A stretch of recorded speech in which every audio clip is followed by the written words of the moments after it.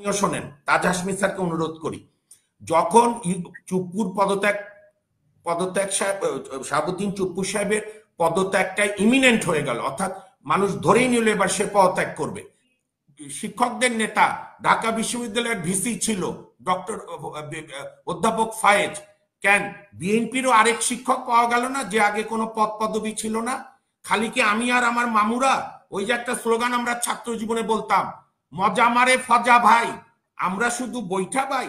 আহারে, সেইটা যদি কেউ করে আমরা তার নিন্দা করব, রাষ্ট্রীয় পৃষ্ঠপোষকতায় যদি কোনো দল হয়, বাট রাষ্ট্র পৃষ্ঠপোষকতায় সেটা তো হচ্ছে আপনাদের চোখের সামনে। আমি তো এখনো সেটা হলে আমরা জাতীয় নাগরিক কমিটি গঠন হয়েছে 300 আসনে, তারা এইভাবে রাষ্ট্রীয় পৃষ্ঠপোষক, আহারে রাষ্ট্রীয় পৃষ্ঠ, আমাকে বলতে দেন, আপনার প্রশ্ন আমি বুঝেছি, আমি যেটা আসছি সেখানে মাঝখানে খাপছাড়া হয়ে যাবে, না হলে দর্শকরা ভুল বুঝবে, বলতে দেন।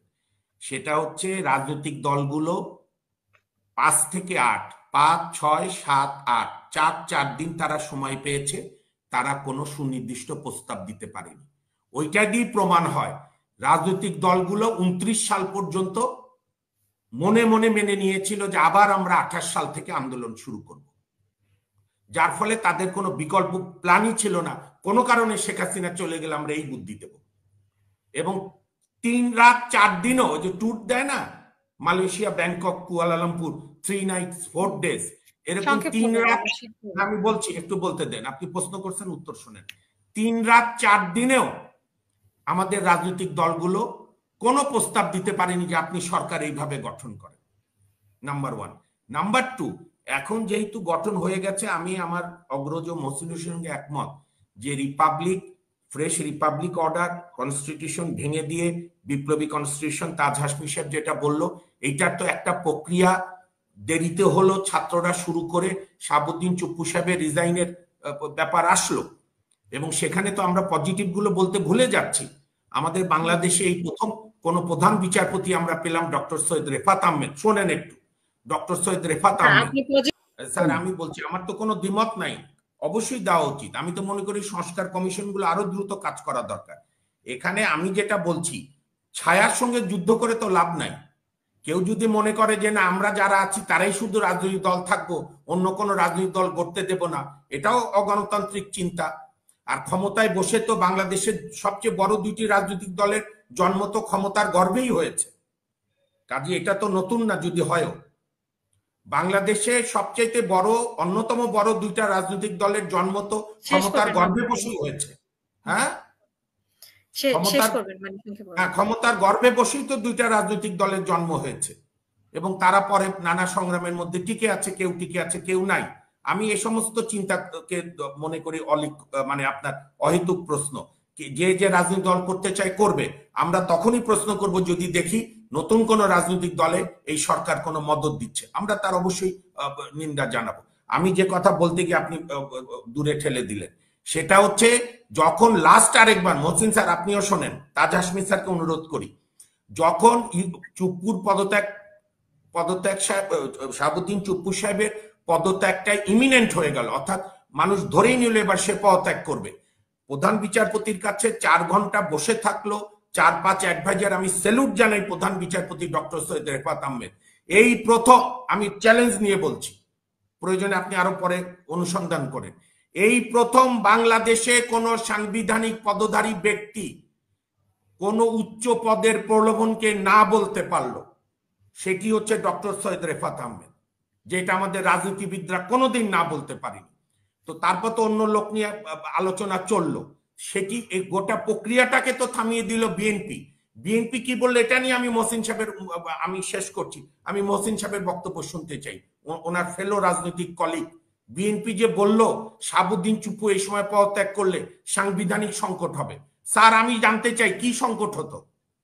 শিক্ষকদের নেতা ঢাকা বিশ্ববিদ্যালয়ের ভিসি ছিল ডক্টর অধ্যাপক ফায়েজ, কেন বিএনপিরও আরেক শিক্ষক পাওয়া গেল না যে আগে কোনো পদ পদবি ছিল না? খালি কি আমি আর আমার মামুরা? ওই যে একটা স্লোগান আমরা ছাত্র জীবনে বলতাম, মজা মারে ফজা ভাই, আমরা শুধু বৈঠা ভাই।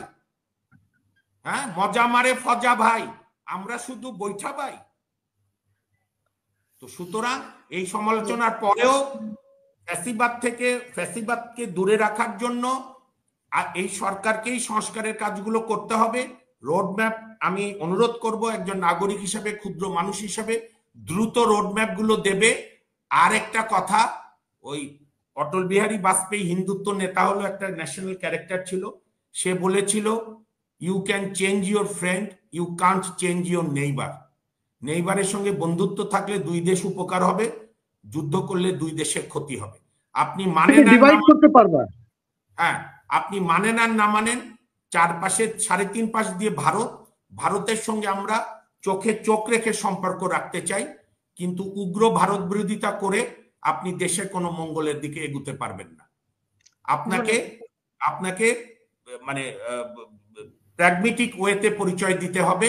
আরেকটা বিষয় আমি খুব লক্ষ্য করছি ইদানিং কালে, ইভেন আপনার অনুষ্ঠানও লক্ষ্য করছি, একটু প্রচলিত, যেটা তাজ হাশমি স্যার বলেন, আমি স্যারের সঙ্গে একমত, একটু জনপ্রিয় কথা দ্বিমত বললেই আমরা শুনতে চাই না। আমি তো আপনাকে অনুরোধ করব, আপনার প্রত্যেকটা টক শোয়ে ভিন্ন মতের আরো লোক আনেন।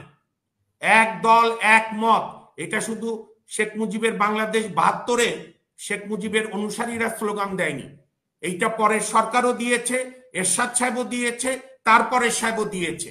যে কারণে ঝাড়ুদার কমিটি থেকে শুরু করে লয়ার কমিটি, সাংবাদিক কমিটি, হয় শেখ হাসিনার কমিটি দেয় অথবা আরেক দলের হাইকমান্ড থেকে দেয়। নো, রাজনৈতিক দলগুলোরও দখল প্রবণতা ছাড়তে হবে, পেশাজীবী সংগঠনগুলোকে স্বাধীনভাবে কাজ করতে দিতে হবে। এই নিয়ে আপনি একদিন আলোচনার আয়োজন করেন, কেন পেশাজীবীরা দলীয় ক্যাডারের ভূমিকা নেয়। এবং শেষ কথা, শহীদদের আত্মার প্রতি শ্রদ্ধার একমাত্র পথ রাষ্ট্রের কিছু সাংবিধানিক প্রতিষ্ঠানগুলোকে নতুন করে ঢেলে সাজানো, শুধু নির্বাচনের জন্য আন্দোলন হয়নি। অসংখ্য ধন্যবাদ আপনাদের তিনজনকে, এবং প্রিয় দর্শক আপনারা যারা শুনছিলেন তাদেরকে অসংখ্য ধন্যবাদ। আমাদের পরবর্তী অনুষ্ঠান দেখার আমন্ত্রণ জানিয়ে এখানেই শেষ করব। সবাই ভালো থাকবেন, সুস্থ থাকবেন। আল্লাহ হাফিজ, আসসালামু আলাইকুম।